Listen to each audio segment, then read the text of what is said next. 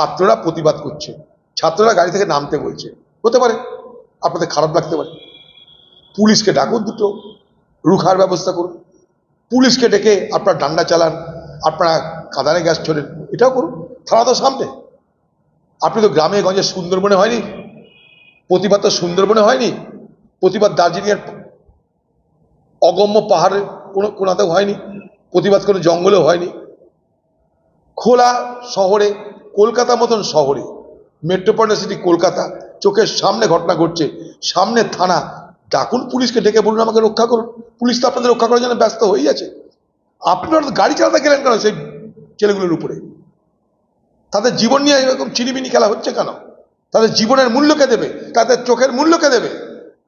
বলুন, ছেলেটা যদি চোখ চলে যায় তাদের মূল্য কে দেবে? আপনারা নাটক করেন, নাটক লেখেন, সে কথা, আন্দোলনের কথা বলেন আপনারা।